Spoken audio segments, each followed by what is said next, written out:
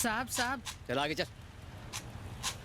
अरे भाई साहब, इन लोगों को पैसा नहीं देना चाहिए। आप इनके बारे में कुछ नहीं जानते। भोली सूरत बनाकर भीख मांगते हैं और रात को फुटपाथ पर बैठकर जुआ खेलते हैं और चरस पीते हैं साले। भीख मांगकर डांस बार में जाते हैं और लौंडिया के ऊपर पैसे उड़ाते हैं। जितनी तुम्हारी सैलरी नहीं होगी उससे ज्यादा इनकी इनकम है। समझ गए ना भाई साहब? क्यों बे, तूने कभी इनमें से किसी को काम दिलवाया? पागल हो गया क्या? इन भिखारियों के लिए मैं काम ढूंढते बैठूंगा तो मैं खुद भिखारी हो जाऊंगा।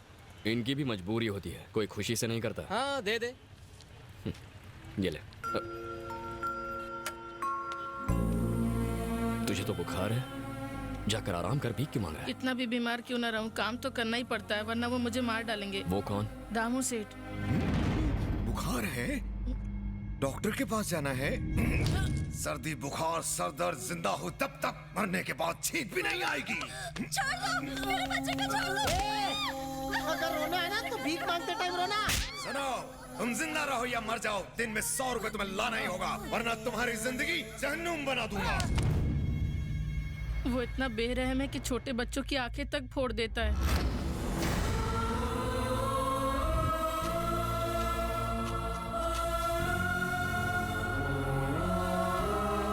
ये बहुत अच्छा डांसर था भैया, बड़ा डांसर बनना चाहता था लेकिन सेठ ने इसका पैर काट दिया। दामू सेठ के आदमी बस स्टॉप, रेलवे स्टेशन, हर जगह पर फैले हुए हैं भैया। जो भी नया बच्चा आता है वो उसे काम का झांसा देकर फंसा लेते हैं। एक बार जो बच्चा उनके चुंगल में फंस जाता है वो वहाँ से जिंदा कभी नहीं निकल पाता। तुम पुलिस में कंप्लेंट क्यों नहीं करते? 2 बच्चों ने कंप्लेंट करने की कोशिश की थी पर उसने उन दोनों को मार डाला। हम सब उसके डर के वजह से ही मजबूरन भीख मांगते हैं भैया। कहाँ मिलेगा ये दामू?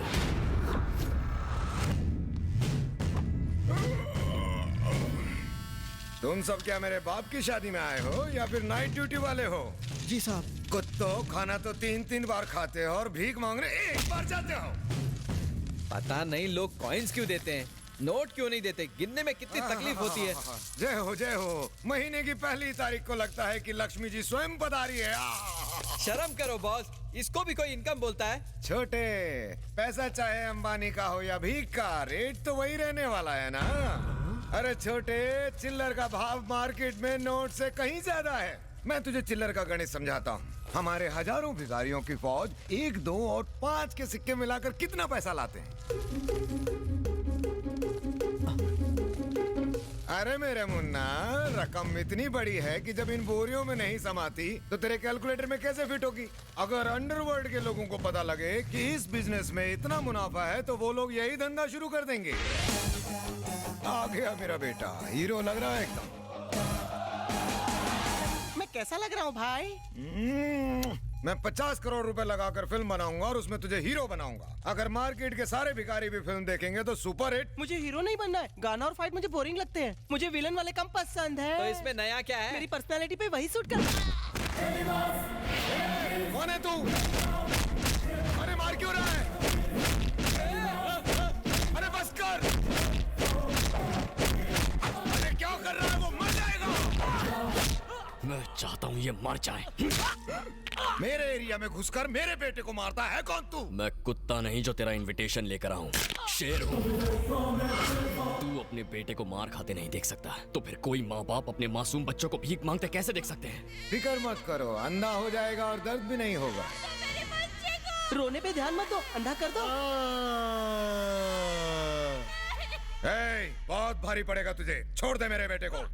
तू क्या मदर टेरेसा का शिष्य है जो इन भिखमंगों का मसीहा बन के तू यहाँ आया है? चढ़े, बता इसे कौन हूँ मैं? ये पूरे शहर में दामू सेठ का राज है। ये बूढ़े बच्चों के हाथ पैर काटकर उनसे भीख मंगवाते हैं और तू तो कितना चिकना है, तुझे तो भीख भी नहीं मिलेगी। चल निकल यहाँ से।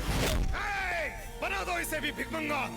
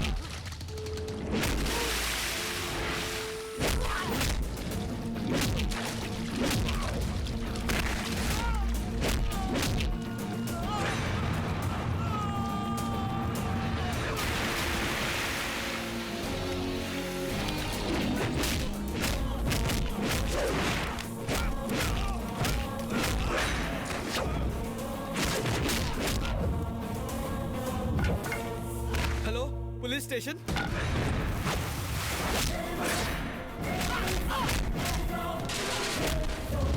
इंसानों से जानवरों जैसा सलूक करता है।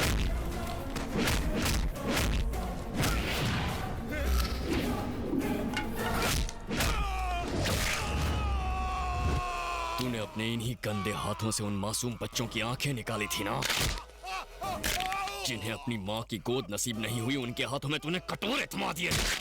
बस करो भाई, उनको किए की सजा मिल गई। अब तो भिखारी इन्हें भीख देंगे। मुंह छोड़ दो, नहीं तो भीख भी नहीं मांग पाएंगे। बड़े भाई छोड़ दो ना, कितनी देर से चिल्ला रहे हैं, कान में दर्द होने लगा है।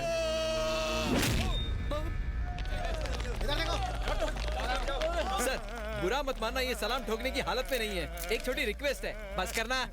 जीप में ले जाने की बजाय इन्हें एम्बुलेंस में ले जाइए, कम से कम चक्की तो पीस पाएंगे। अपनी जान खतरे में डालकर आपने बेगस माफिया को एक्सपोज किया, कुछ कहना चाहेंगे? ये काम मीडिया का था, मुझे करना पड़ा।